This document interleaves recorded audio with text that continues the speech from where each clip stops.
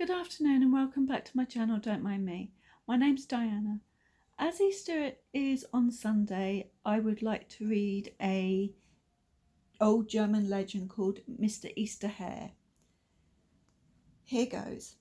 A long time ago in a far off country, there was a famine, and this is how it came about. In the early spring, when the first grass peeped out, the sun shone so hot that the grass was dried up. No rains fell through the long summer months, so that the seed and grain that were planted could not grow, and everywhere the fields and meadows, usually so green and rich, were dull grey-brown.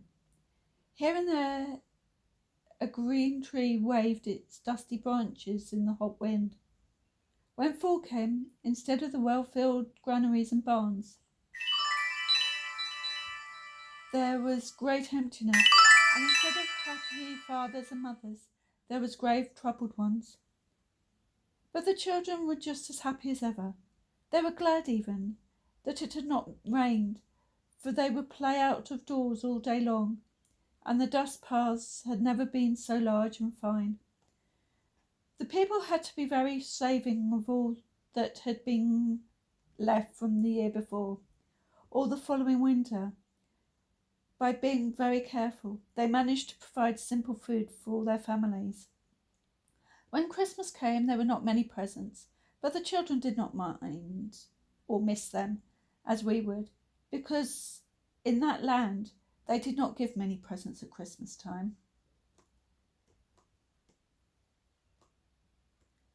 Their holiday was Easter holiday, or Easter Sunday. On that day they had a great celebration, and there were always goodies and presents for the little boys and girls. As the time came nearer, the parents wondered what they should do for their children's holiday. Every new day it was harder than the day before to get just plain, coarse bread to eat. And where would they find all the sweetmeats and pretty things that the children had always had at Easter time?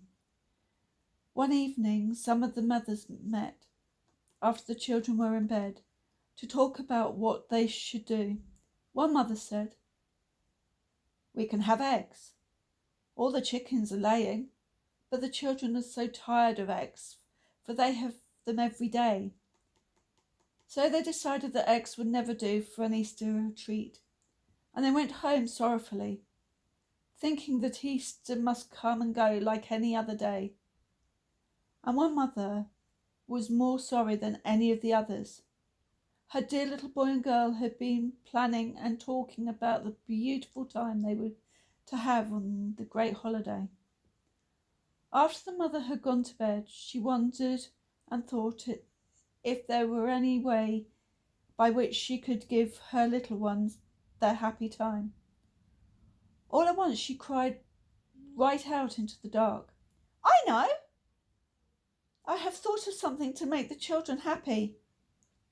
She could hardly wait until morning, and the first thing she did was to run into the next house and tell her neighbour of her bright plan she had thought of. And the neighbour told someone else. And so the secret flew until, before night, all the mothers had heard it, but not a single child. There was still a week before Easter, so there was a good deal of whispering, and the fathers and mothers smiled every time they thought of the secret. When Easter Sunday came, everyone went, first of all, to the great stone church, mothers and fathers and children. When church was over, instead of going home, the older people suggested walking to the great woods just back of the church. "Perhaps we may find some flowers," they said. So on they went, and soon the merry children were scattered through the woods, among the trees. Then a shout went up, "Now here! Now there!" from all sides. "Father, mother, look here! See what I have found, some beautiful eggs. Here's a red one. I found a yellow one. Here's a whole nestful, all different colours." And the children were running, bringing beautiful coloured eggs which they had found in the soft moss under the trees. What kind of eggs could they be? They were too large for birds' eggs. They were too large like hens' eggs. But who ever saw a hen's egg so wonderfully coloured? Just then, from behind a large tree where the children had found a nest full of eggs, there jumped a rabbit, and with long leaps he disappeared in the deep woods, where he was hidden from view by the trees and bushes.